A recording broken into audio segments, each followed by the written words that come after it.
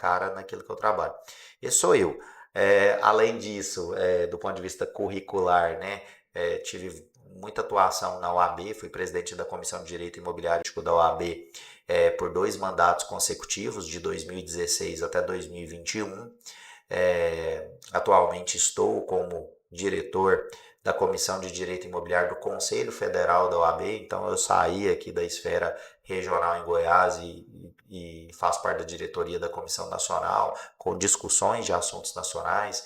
Sou diretor adjunto do IBRADIM, que é o Instituto Brasileiro de Direito Imobiliário em Goiás, conselheiro jurídico da ADEME Goiás, que é a Associação das Empresas do Mercado Imobiliário, e também da CEBIC, que é a Câmara Brasileira da Indústria da Construção, com reuniões trimestrais que acontecem em regra na sede da CEBIC em Brasília, entre outras coisas, árbitro, professor, sou autor de algumas coisas, mas são coisas é, guardadas as suas devidas é, é, importâncias, claro, todas elas são muito importantes, mas periféricas dentro da minha atuação profissional como advogado e como alguém que busca sempre passar as informações, né? Transmitir um pouquinho desse conhecimento e bagagem que a gente vai adquirindo ao longo do Dá tempo para viver também?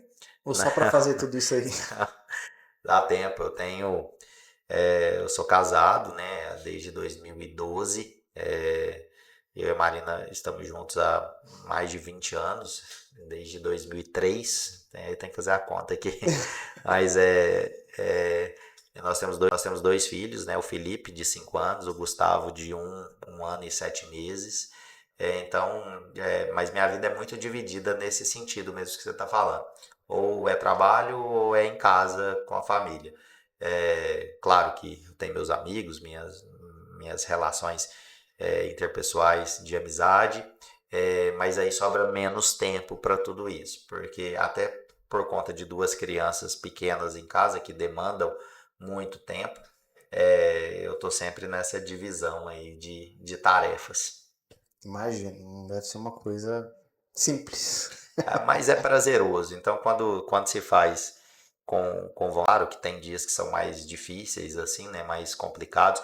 Essa semana, essencialmente, está sendo uma semana muito puxada, mas, mas quando você faz algo que, na minha visão, né? Minha concepção, que te dá prazer, então é muito natural, né? Sim. É muito do que se extrai daquela frase, né? Eu nunca trabalhei um dia sequer porque eu fazia o que eu gosto, ou Uhum. mais ou menos assim, né? Aquela frase emblemática que quase todo mundo conhece. Mas o que se extrai é isso, assim. Então eu tenho muita satisfação no que eu faço. É, e como eu desenvolvo, tento buscar novas ideias, e então não sinto esse peso de tenho que trabalhar, tenho que fazer isso, acontece de forma mais natural.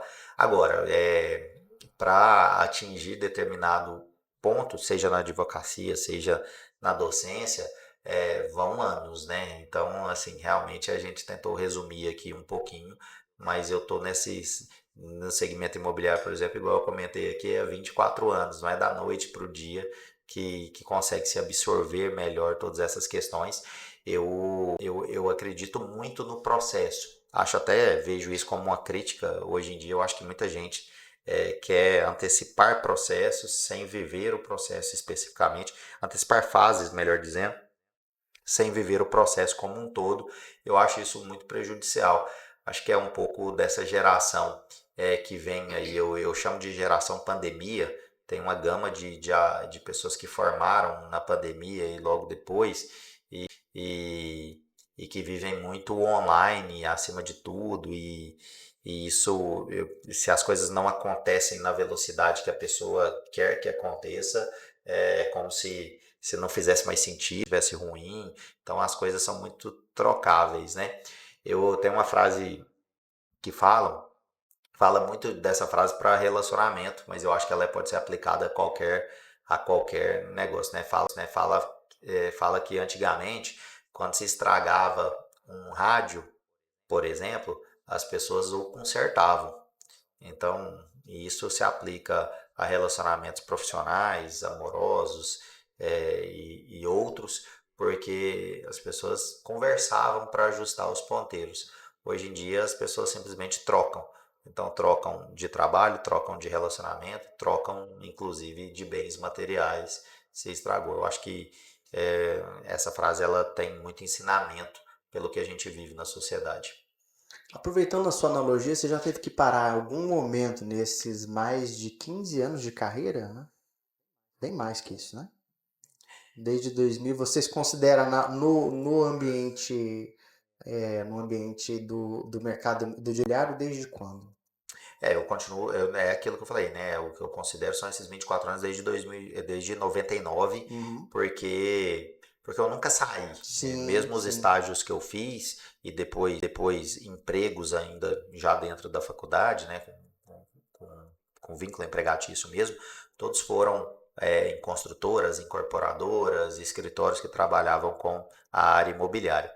Então, na verdade, foi basicamente, tirando um ou outro estágio, cheguei a fazer estágio no Tribunal de Justiça, gabinete de juiz, tirando esses momentos pontuais ali de alguns meses, praticamente vivi intensamente esse período todo dentro do mercado imobiliário.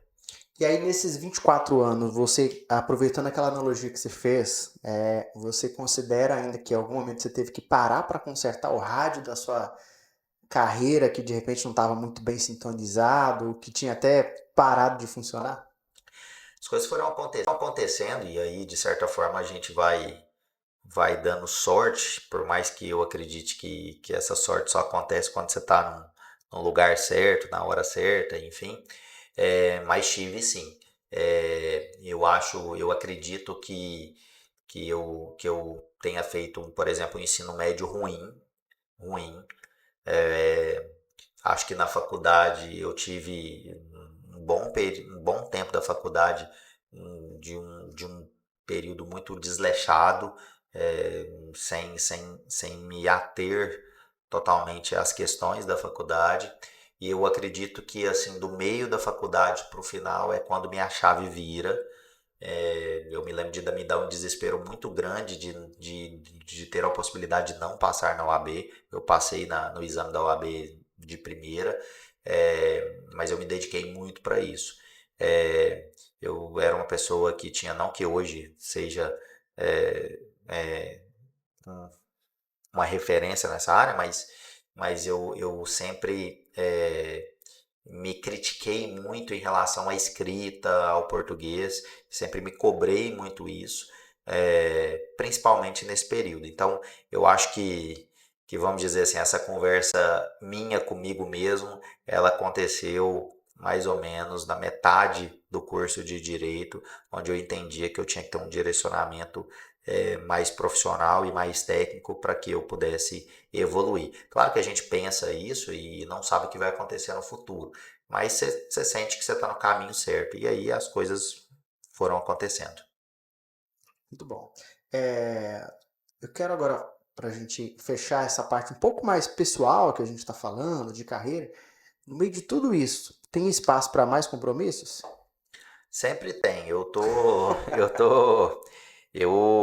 acredito em bons projetos. Uhum. Então, assim, antigamente, e quando eu falo antigamente, sei lá, 5, 6 anos, eu era uma pessoa que normalmente queria pegar tudo que tinha possibilidade. Todas as oportunidades eu queria estar. Chegou um momento, como por exemplo quando eu parei de dar aula na graduação, que eu comecei a elencar prioridades. Tem até quem critique essa frase prioridades no plural, né? Porque se é prioridades no plural, já não é uma prioridade. Entende-se que quando se fala em prioridade, ela é até no singular. Mas, independente de quem pense assim ou não, comecei a elencar aquilo que era importante para mim, que fazia sentido. Então eu comecei a realmente abrir mão de alguns projetos em detrimento de outros que em determinado momento poderiam ser mais importantes naquele momento da minha vida.